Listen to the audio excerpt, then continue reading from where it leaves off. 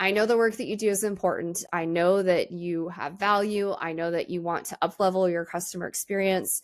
If you found this valuable, please share it with somebody else who might be struggling with the same. If there's anything we can do to help you, I invite you to have a complimentary revenue and performance call so that we can see how we can get you from where you are to where you want to be with your customer experience and evaluate that over time. Welcome to Inspiration Contagion, where we spread inspiration one story at a time. I am your host, Holly Jean Jackson. Each interview spotlights transformational business leaders, their stories, challenges, and advice for how you too can lead yourself and others through inspiration. Learn how you too can achieve peak performance, build more revenue, and lead the legacy you were meant to lead. All right, welcome back to Inspiration Contagion. And today I want to talk to you about customer experience. Let's say you're competing with another brand, another company, another service, and everything's the same. Where you differentiate yourself and stand out from the crowd is your experience. Here's the thing. Great marketing brings those amazing, perfect match customers into your world. But experience is where you can keep those customers for life. So what are some of the essentials of customer experience? The first thing is you have to understand what it's like to be the buyer. We've all been there. We say yes to the service, the product, the home, the thing, and then we have that automatic buyer's remorse. It's part of the natural human experience. It's part of our brain protecting us from fear and risk and all of the things, which is magical and great. But if you're really good at understanding your customer's experience, you will create moments of delight so that they don't feel that buyer's remorse. In fact, you want to preempt them feeling that buyer's remorse and have a gift ready and in hand that reminds them of why they made the right decision to work with you, whether it's a product, a service, a house, whatever that is. We want to exactly understand where that customer is and make sure that their experience and journey is smooth and delightful. We can't just do the same as everybody else. We don't want just a regular experience. We want a delightful experience so that there's buzz around the services that you provide and that customer wants to refer you more business. They trust you so much that they refer you their children, their grandchildren. We've actually had customers do this. We are a 3-generation serving business, and we have somebody who has referred their child and their grandchildren to us. That is how you know that your customer experience is on point. Another thing that's really important to understand is if your revenue is not growing, it's stagnant, it's not just about your marketing and bringing more people into the pipeline. No, not at all. It's the fact that your customer experience is most likely lacking or suffering. And this is why it's important to bring somebody in externally to take a look at what's going wrong, where you could have upsells, where you could have a more delightful customer experience, and where you can even have loyalty programs. Why not have your biggest fan base, which should be your customers, if you're doing a great job of your experience, be part of winning as they bring more people into the circle of your sphere and influence?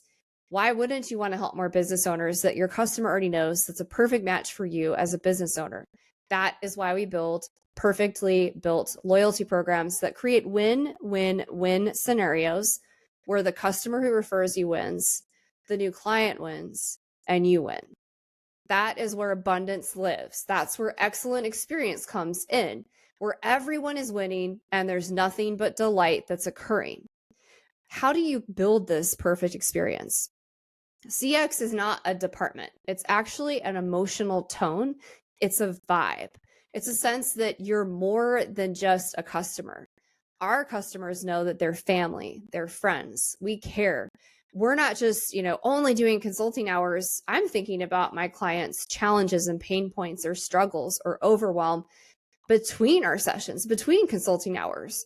And if I come up with a solution while I'm in a sensory deprivation tank or at a music festival or offline, I am certainly going to share that with my customer because we care about their success. We believe in what they're doing and we want to help them go big to give big. That is a vibe. That is an emotional feeling. That is an experience we deliver to our clients. And we do it through lots of small things. If you really think about it, life is about the small moments. There's nothing worse than you buy a product. You feel like this is amazing. You're excited. And then you get that spammy car salesman email that's asking for you to do a million things before they've even solved your problem. You don't want to do that. Our job is to not overwhelm our client.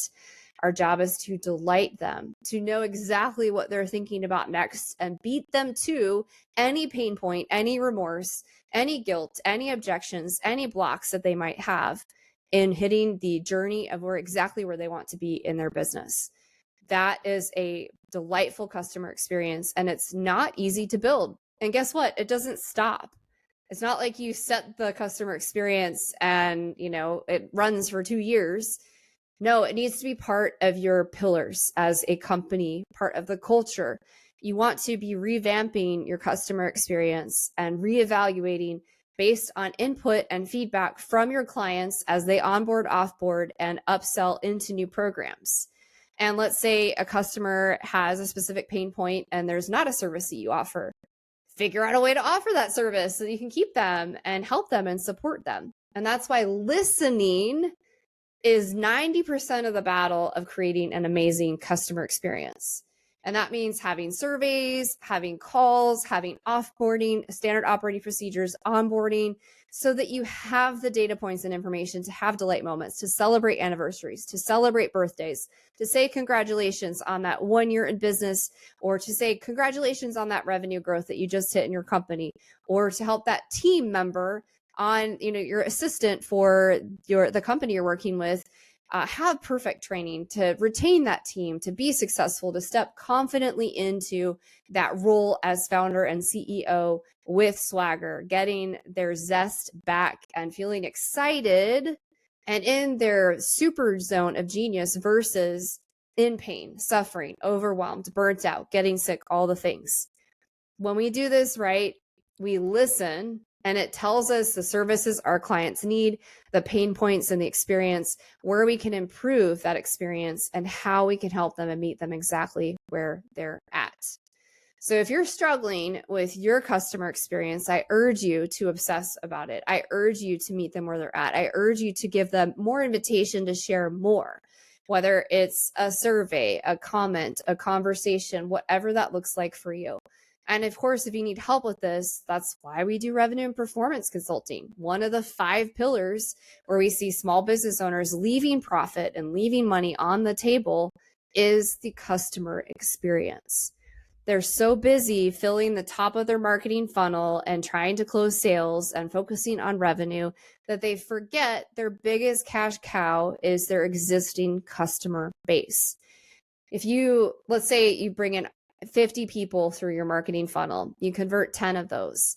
It's a lot less painful if you keep those 10 clients for life and continue building that funnel and bringing 10 more people in each quarter versus constantly having to fill that pipeline with new customers. That's exhausting. That's why your customer experience matters. That's how you scale. That's how you grow. That's how you also get word of mouth introductions. And that's how you build loyalty programs and get really beautiful referrals that are your perfect vibe, your perfect tribe, and create this ripple effect of fans that love the work that you do. I know the work that you do is important. I know that you have value. I know that you want to up-level your customer experience. If you found this valuable, please share it with somebody else who might be struggling with the same. If there's anything we can do to help you, I invite you to have a complimentary revenue and performance call so that we can see how we can get you from where you are to where you want to be with your customer experience and evaluate that over time. I hope that you found this inspiring. I hope you found it enlightening. And I hope that you just choose to step into inspiration, whether it's for yourself or sharing it with somebody else, because I want you to go big to give big so that we can heal this world one person, one service at a time. I'll see you on our next episode. Thank you for joining the show today. I hope you were inspired. More importantly, I hope you take action. If the show inspired you, I ask that you subscribe and share it with your network. Let's spread inspiration together today.